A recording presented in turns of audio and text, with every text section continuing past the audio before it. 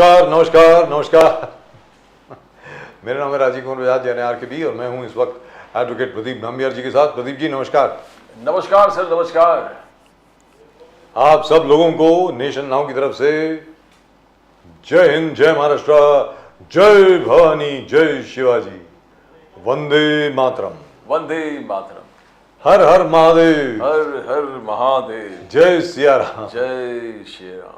So Pradeep ji, Rahul Gandhi is going to start a Nyaya Yatra Bharat न्याय यात्रा from January the 14th बिल्कुल from Manipur, yes and he's going to end up in Mumbai. बिल्कुल। It would have been so much better if he had gone to Gujarat, but anyway, he's going to end up in Mumbai. And how is it going to be different from the Bharat Jodo Yatra, except for the nomenclature, except for the name? The name is different. Rest is more or less the same, right? Sir Manipur to Maharashtra लगातार पूरे already उन्होंने plan कर दिया। I think they talking about 14 states and 85 districts And 62,000 kilometers. Yes, exactly, sir. So it's a huge So which walk, and as you said that anybody who does a yatra always gains something. something or the other, certainly. So definitely Rahul Gandhi will tune up the votes and vote share of the Congress by any means. It's not going to be below 20%. Is going to rise about 20% with the yatra close to the election. which brings me back to my earlier analysis that the Congress should ditch the India alliance, say thank you very much, all the very best to you, and they should fight alone. Because let me tell you this, Lok Sabha 2024 is gone. Lok Sabha 2024 जा चुका है साहब आपके हाथ से। नरेंद्र मोदी जी वापस आ रहे हैं 350 सीट लेकर। Sir it could be a concerted plan of the Congress that इस चीज को इतना डिले कर दो कि ये जो ममता बनर्जी है, शरद पवार जी है, नीतीश कुमार है, स्टैलिन है, जो परेशान कर रहे हैं, तो डिले करके and Congress is ready. The जोड़ो यात्रा है, it only signifies that the Congress is moving ahead irrespective alliance है नहीं है। And actually, they shouldn't bother much about the alliance. लेकिन प्रदीप जी alliance है कहाँ? Where is the alliance? कौन सी alliance? At least government तो बनाए India alliance के। Yeah, which is like fine. I mean that's. Sir, around 250 seats, 1-to-1 contest है। जी। 250 seats. अरे भाई The Congress and the BJP are fighting each other, तो alliance किधर matter? Where West Bengal है, West Bengal का vote share कहाँ? मध्य प्रदेश कहाँ? गुजरात कहाँ? राजस्थान कहाँ? Maharashtra, where is Mamata Banerjee here? मेरा ये where is Sharad Pawar on these other areas? मेरा ये कहना है कि कांग्रेस भारतीय जनता पार्टी के साथ 542 सीटों पे लड़े और मिनिमम 100 सीट लेकर के आ जाए।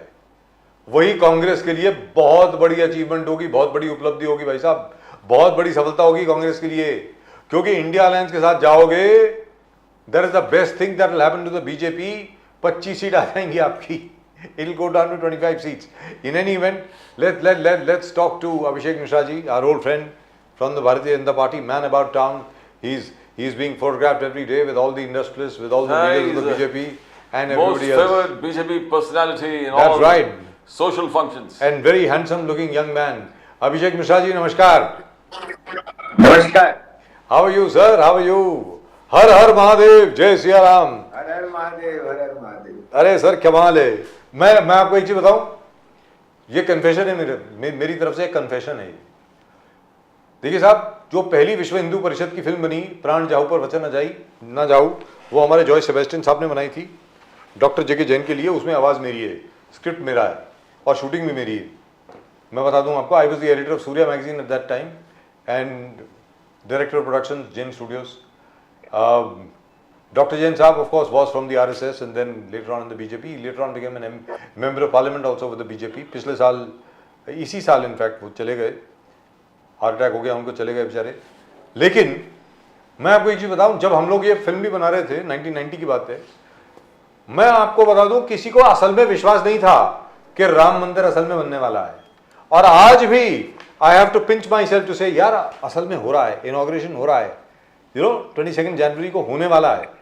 Very frankly speaking, Advani ji की रथ यात्रा, बाकी सब चीजें, एक चीज मिला करके अगर हम लोग देखें तो उस वक्त ये जरूर था कि मूवमेंट पिकअप कर गई है, लेकिन इस तरीके से वास्तविकता में राम मंदिर की स्थापना हो जाएगी और जैसे 22 जनवरी 12:22 को प्राण प्रतिष्ठा पूजा होगी रामलला की, ये किसी को विश्वास नहीं था। Just for that alone I think mister Modi deserves all our support and appreciation। Abhishek Mishra ji, आप बताएं इसके बारे में। देखिए, मोदी जी गारंटी जो देते हैं वो उसको निभाते भी हैं। आज देश की जनता मोदी जी को तीसरी बार प्रधानमंत्री बनाने वाली है, क्योंकि उनको पता है कि जो मोदी जी कहते हैं वो डिलीवर भी करते हैं। और जनता को मोदी जी का एक प्रॉमिस है, वादा है कि देश के हर नागरिक के लिए वो 24 घंटे काम करते हैं। उनका विजन में केवल इस राष्ट्र को मजबूत बनाना है और भारतवासियों को समृद्ध और सशक्त बनाना है। ये मोदी जी का वादा है, सपना है, और इसीलिए देश की जनता मोदी जी पे पूर्ण भरोसा करती है। राम मंदिर का जो ये 22 तारीख को प्राण प्रतिष्ठा होगी, उसका भव्य उद्घाटन होगा, पूरे विश्व में एक संदेश जाएगा कि जो हजारों लाखों वर्ष की सनातन हिंदू संस्कृति है वो उसका जो ध्वज है वो पूर्ण विश्व में लहराएगा। ये विश्व को एक संकेत है कि आप किसी की आस्था पे, किसी की संस्कृति पे कितना भी चोट पहुंचा दो, कितने भी गजनी भेज दो, गोरी भेज दो, बाबर भेज दो, कोई भी अंग्रेज बैठ जाए, वाइसरॉय आ जाए, कोई सोनिया जी भी कहीं से आ जाए, परंतु जो संस्कृति है, धर्म है, वो सदैव उसकी विजय होगी। आप कितने भी मस्जिद तोड़, आप जो मंदिर तोड़ने का वहां पे प्रयास जो हुआ, जो हजारों कई वर्षों तक किया जो मुगल साम्राज्य ने, परंतु राम मंदिर आज फिर से वहां पे भव्य रूप में आ रहा है। ये बाबर की हार है, ये गजनी गोरी सोच की हार है, ये जो ब्रिटिश एम्पायर और सभी लोगों की हार है जिन्होंने भारत की संस्कृति को धूमिल करने का, छिपाने का प्रयास किया। अभिषेक मिश्रा जी, 550 साल के बाद अमित शाह जी को कहना है कि this only proves that Narendra Modi साहब could do it, and the Congress 70 साल से सिर्फ बहाने बनाए रहे and they did nothing for the construction of the Ram temple. मगर कांग्रेस के जो ओवरसीज हेड है Sam Pitroda, he says the prime minister is giving too much of his time for the Ram मंदिर पुनर्निर्माण। सैम पिट्रोडा जी का कहना है कि prime minister should focus on development activities rather than focus on Ram Mandir Punarnirman. He says if he was the prime minister, he would go out developing schools, road, colleges, institutions और development काम करते। Now why is the Congress behaving in such a manner, Abhishek Mishra ji? Sam Pitroda especially. Modi साहब ने हर report card is very impressive. देखिए, मैं ज्यादा इसको दूसरी धारा में नहीं लेना जाना चाहता हूँ, परंतु जिन जेंटलमैन का आप नाम ले रहे हो उनका फर्स्ट नेम क्या है? सैम। तो आप उम्मीद करते हो सैम नाम का व्यक्ति राम भक्त तो नहीं हो सकता। अब मैं इसे ज्यादा नहीं कहूंगा, ठीक है, जो समझदार को इशारा काफी है। अरे असली नाम तो श्याम है। नहीं, वो सैम बन गया ना, वो सैम बन चुका है। अरे भला आदमी है सर, लेकिन क्या है कि वो मुझे लगता है कि कांग्रेस को अभी तक मतलब अभी जागे नहीं है क्या। और सुनिए दूसरी बात, हाँ। सैम जो बना है, सैम बना है, श्याम से सैम बन गया क्योंकि माइनो अंतोनियो वो इटली से आ गई और भारत की सत्ता और कांग्रेस सत्ता पे काबिज हो गई, तो सभी श्यामों को सैम बनने का फतवा जारी हुआ था कि सैम बनोगे तो टिकोगे, नहीं तो आउट हो जाओगे। तो श्याम को जो है सैम पिट्रोडा बनना पड़ा। और अपनी अंतोनियो मैडम, जिनको भारत में लोग सोनिया जी के नाम से जानते हैं, वो जो इटालियन अंतोनियो मैडम है, तो अंतोनियो मैडम को प्रसन्न करने के लिए श्याम से जो सैम बन गया है वो इस प्रकार की बातें करता रहता है। ये तो दुर्भाग्य है, ये अंतोनियो और सैम की जुगलबंदी, ये सोनिया जी उर्फ अंतोनियो माइना और श्याम जो सैम बन गया है, उनकी जुगलबंदी ये देश हित में नहीं है, धर्म हित में नहीं है, भारत हित में नहीं है, और जनता इनको मूर्ख समझती है। अब इन पे क्या टिप्पणी की। लेकिन यहाँ पर अभिषेक मिश्रा जी एक बात तो है, जहाँ तक इंडिया अलायंस का प्रश्न है, अभी हाल ही में एक वीडियो वायरल हुआ है आदरणीय सम्मानीय तमिलनाडु के मुख्यमंत्री M.K. स्टालिन साहब का। मैं उनके बेटे की बात नहीं कर रहा, दयानंद स्टालिन की बात नहीं कर रहा, मैं उनके खुद की बात कर रहा हूँ। वो एक मुस्लिम समुदाय का फंक्शन था, उसको एड्रेस कर रहे थे, जिसके दौरान उन्होंने हिंदू शादी जो होती है सामग्री के साथ, हवन के साथ जो शादी होती है, उसका बहुत ज़बरदस्त मजाक उड़ाया है और न जाने क्या भला बुरा कहा है हिंदुओं को, सनातन को, और दौर छोड़िए, even the Hindu marriage ceremony has not been spared. What is going on here? I mean, do they think that the people of India will listen to all this now? आपको लगता है ऐसा, अभिषेक मिश्रा जी? देखिए, इसके पीछे एक गहरी अंतर्राष्ट्रीय साजिश है. मैंने 4-5 बार डिबेट्स में आपके पहले भी बताया है. ये जो उदयनिधि मारन है, जो एम.के. स्टालिन का पुत्र, वो बार बार हिंदू धर्म, सनातन रीति रिवाज और अब सनातन हिंदू धर्म में शादी विवाह पे भी बोल रहा है, इसके खिलाफ बोल रहा है. उसने तो सनातन धर्म को एक बीमारी कह दिया था जी. और अब वो कह रहा है कि जो सनातन की जो शादी विवाह होता है ये कुछ नहीं है, मजाक है. इसके पीछे साजिश में आपको दोबारा याद दिला दूं, मैंने पहले भी बताया है. ये अंतर्राष्ट्रीय स्तर पे, इसमें राहुल गांधी, स्टालिन, ये सब शामिल हैं. इनको ये सिखाया गया है कि तुम दक्षिण भारत को किसी तरह से उसके अंदर एक नफरत पैदा करो भारत के अन्य भाग के बारे में, और हिंदू सनातन धर्म के बारे में नफरत पैदा, क्योंकि सनातन धर्म इस देश को जोड़ के रखता है. तो उस जोड़ को तोड़ इन्होंने ढूंढा है कि सनातन धर्म पे वार करो और उत्तर भारत पे वार करो. तो आप देखोगे डीएमके के कुछ सांसद कभी कभार उत्तर भारत पे कमेंट, इनके मेंबर ऑफ पार्लियामेंट ने भी रिसेंटली दिया था लोकसभा में बयान कि ये जो अभी इनके जो दूसरे नेता है दयानिधि मारन, उन्होंने भी एक बयान दिया है उत्तर भारत के लोगों के बारे में. तो ये उत्तर भारतीयों को अपमानित करते हैं और सनातन धर्म को अपमानित करते हैं. ये पूर्ण रूप से दक्षिण में एक सनातन विरोधी और पूर्ण देश विरोधी जो है, स्पेशली उत्तर भारत के विरोध में एक जहर नफरत का माहौल पैदा करना चाहते हैं, जिससे देश की इंटीग्रिटी को खतरा पहुंचे, इसकी देश की एकता को कमजोरी पहुंचे. और इसी प्लान के तहत जो अंतोनियो माइनो के पुत्र हैं राहुल गांधी, वो वायनाड पहुंच चुके हैं और वो बार बार कहते रहते हैं India is just A union of states. आप राहुल गांधी के डेंजरस बयान को समझो. हम जिस भारत को भारत माता कहते हैं, उसको राहुल गांधी कहते हैं कि केवल स्टेट्स का यूनियन है, ये कभी भी डिसयूनियन हो सकता है. और इस अंतर्राष्ट्रीय साजिश में राहुल गांधी, स्टालिन, कुछ वामपंथी, इसमें कई सारे नकली बुद्धिजीवी जो देशद्रोही हैं वो शामिल हैं और अंतर्राष्ट्रीय फंडिंग मिल रहा है. तो उदयनिधि को बोला गया है कि तुम जो है सनातन के खिलाफ जहर उगलो, बाकी नेताओं को बोला गया उत्तर भारत के खिलाफ जहर निकलो, और राहुल गांधी को बोला गया है कि तुम जो है दक्षिण भारत में अपनी राजनीति को चमकाते रहो इस माध्यम से. तो ये एक साजिश है और इस सबको जेल में डाल देना चाहिए देशद्रोह के मुकदमे में, राहुल गांधी को, उदयनिधि स्टालिन को, एम.के. स्टालिन को. लेकिन यहाँ तक एक सिर्फ यही चीज नहीं है, दूसरी चीज क्या हुई है कि हमारे बड़े पुराने मित्र हैं साहब, डॉक्टर फारूक अब्दुल्ला, बहुत अच्छे मित्र हैं हमारे. अब उनको क्या हो गया है? पहले उन्होंने कहा, जब उनको बताया गया कि साहब 2 करोड़ से ज्यादा पर्यटक आ गए जम्मू कश्मीर में, 1947 के बाद सबसे ज्यादा टूरिस्ट आए हैं. इंडिपेंडेंट इंडिया में the maximum number of tourist have visited Jammu and Kashmir in this year, in the year 2023. वो कहते हैं एक को गोली लगेगी सब भाग जाएंगे. What is he trying to say? Is he trying to send a message across to the terrorists and the separatists? Kill a few tourists. Don't try to target army men and policemen. Is that what he's trying to say? ये तक कह दिया कि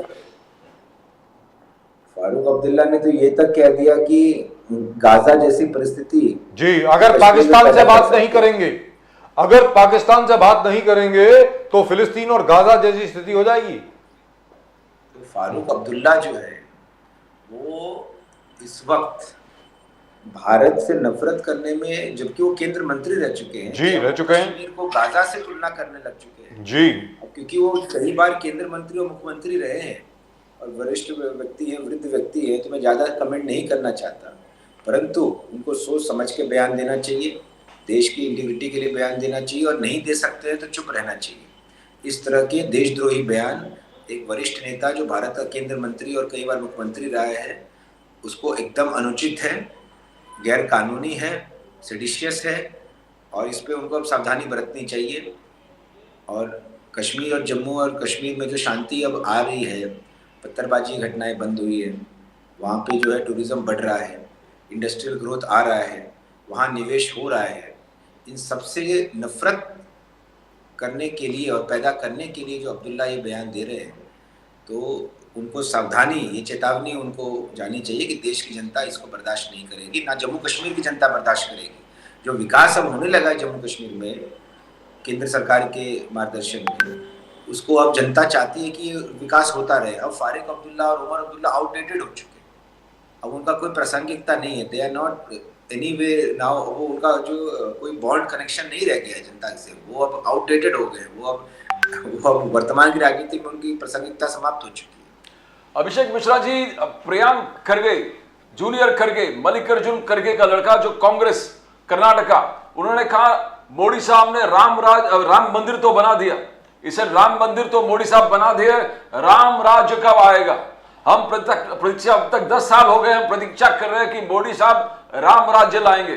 इसे लोगों से नहीं मिल रहा। One is that, and unemployment is all time high, बोला एम्प्लॉयमेंट क्रिएट नहीं किया है, and development has not taken place. जो भी मोदी साहब ने प्रॉमिस किए फुलफिल नहीं किए, तो ये राम राज्य कभी आएगा? अभिषेक मिश्रा जी, राम मंदिर तो आपने बना दिया, राम राज्य का डेट आ चुका है। प्रियंका खड़गे जो है, लगता है कि कुछ भ्रष्टाचार करने में व्यस्त है कर्नाटक में, तो उनको पता नहीं है 22 जनवरी को राम राज्य आ रहा है, ये डेट पूरा देश जानता है। आप कृपया जो है खड़गे जी के पुत्र को बता दीजिए 22 जनवरी को रामराज भारत में आ रहा है। 12:22 आप पूजा करेंगे 12:22। और यहीं पर इसी शो के दौरान हमारे यहाँ पे एस्ट्रोलॉजर थे कुछ, भाई तो ये बता दूं आपको, पता नहीं आपको इस विषय के बारे में हम लोगों ने सूचना दी कि नहीं दी। यहीं पर इसी शो में कुछ ज्योतिष थे, ज्योतिषाचार्य थे, one of the most accurate astrologers that I know of. He said कि ये मुहूर्त जो है ऐसा लगता है श्री राम ने खुद बनाया है, इससे ज्यादा अच्छा मुहूर्त कोई हो नहीं सकता। पूरा ब्रह्मांड आकर के देखेगा इसको और पूरे ब्रह्मांड में खुशी की लहर दौड़ेगी। ये 12:22 22 जनवरी का जो मुहूर्त है, which is absolutely fantastic. Now I don't really know who had calculated it, who arrived at this number, who arrived at this time, but whoever it was, बहुत ज्ञानी ध्यानी शख्स होगा सर, जबरदस्त होने वाला है। आपके खुद के विश्लेषण से 22 जनवरी के बाद भारत में क्या होने वाला है सांस्कृतिक तौर पे, और भारत की जो एक राजनीतिक छवि है पूरे ब्रह्मांड, पूरे देश में, मतलब पूरी दुनिया में, उसमें क्या बदलाव आने वाला है? अभिषेक मिश्रा जी। भारत से बाबर की सोच, ब्रिटिशर्स की सोच ये मिट जाएगी और भगवान राम की सोच जो है वो हर भारतवासी के दिल में वो बस जाएगा। तो ये परिवर्तन होने वाला है। बाबरवादी सोच, ब्रिटिशवादी सोच का अंत है और भगवान राम का सत्य का सोच वो उस दिन स्थापित हो रहा है। विश्व स्तर पे सनातन धर्म की विजय है उस दिन, और जो सनातन विरोधी ताकतें हैं जिन्होंने लूट माट, हिंसा, व्यभिचार, सब प्रकार के भ्रष्टाचार वैश्विक स्तर पे किए हैं, जिन संस्कृति ने, सभ्यताओं ने, उनको संदेश है सनातन की विजय हो गई, सनातन जाग गया। जो आदि काल से धर्म चला आ रहा है हिंदू धर्म, वो टिक गया, स्थापित रहा। कोई भी अत्याचार धर्म को मिटा नहीं सकता। सत्यमेव जयते का वो दिन, सत्यमेव जयते का नारा विश्व में गूंजेगा कि सत्य की ही जीत हुई, सत्यम शिवम सुंदरम की जीत हुई, प्रभु राम की जीत हुई, सनातन धर्म की जीत हुई।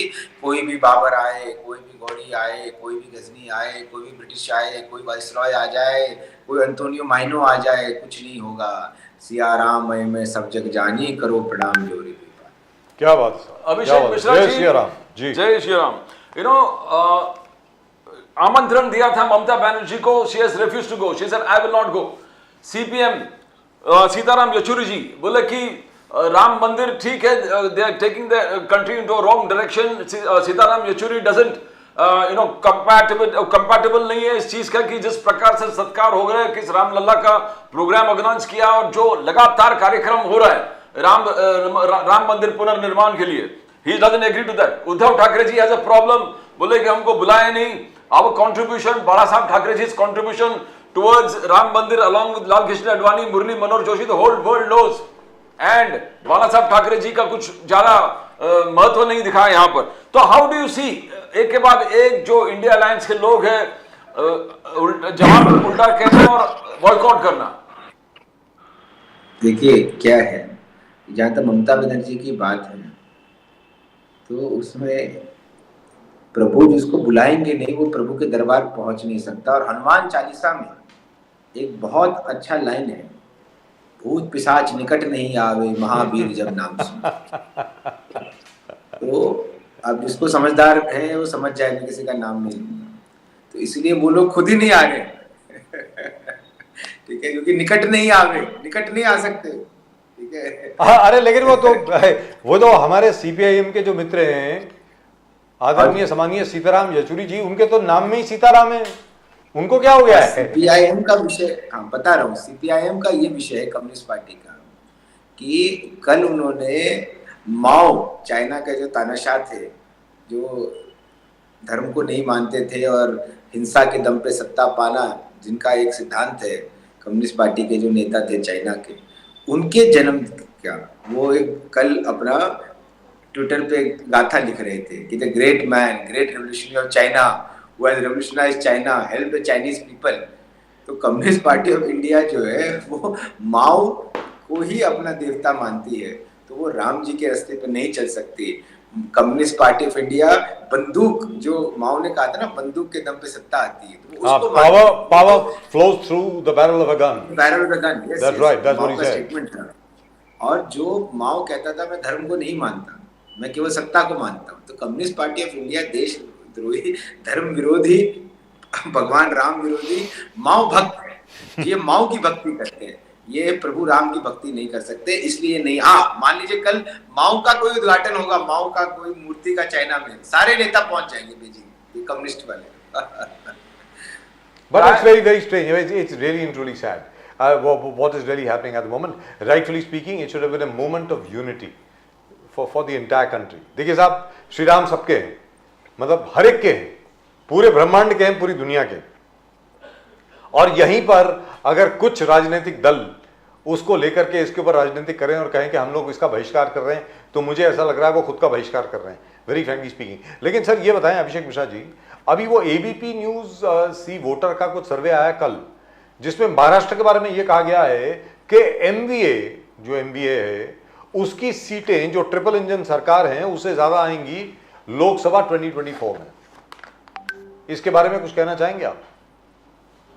एबीपी वोटर ने अभी मध्य प्रदेश में कहा था कि कांग्रेस की सरकार आ रही है। जी, कहा था। बस समझ जाओ आप। But that was a bit of a surprise. C voter has been accurate also in the past. Past में कभी-कभी उनकी prediction ठीक भी हो जाती है, ऐसी बात नहीं है।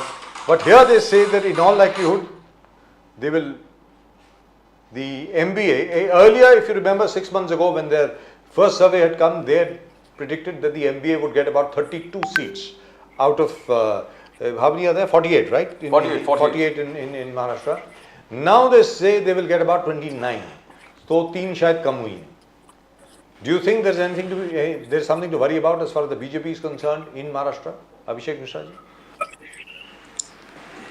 Because our only concern is whether we will win 46 out of 48 or 48 out of 48. Because the reality, I'll tell you, ABPC voter said Congress will get 120, Congress got 50-60 in Madhya Pradesh. तो उनको छोड़िए। The reality is NCP, Sharad Pawar Gut, has no worker left and no leader left. Shiv Sena, UBT group, Uddhav Thackeray Gut, their main campaigner, Mr. Aditya Thackeray, is in that the SIT has been formed in the brutal gang rape of Disha Salian, which was termed as suicide. So SIT has been formed. So Shiv Sena internally is collapsing. Their locus standi is gone. And with regards to Congress, after the defeat in 3 states, the Congress is finding it difficult to find candidates to contest in Maharashtra, because people know that we will lose and money will be spent and there is no hope. Modi ji ko aana hi hai. So reality is that by the time election comes and Modi ji's campaign starts, and a huge wave we will see in Maharashtra. I'm predicting it to you. Such a huge wave that Shiv Sena, Uddhav, NCP, Sharad Pawar and Congress will appear as if they are a fringe element, and they may sometimes, some places they may lose the deposits also. So I see a wave of 46 to 48 seats for the BJP alliance, and I see these parties consigned to the dustbin of history, and Aditya Thackeray may go to jail, is what I believe. And what about the South? Because in the South, at the moment, you don't have a single state government.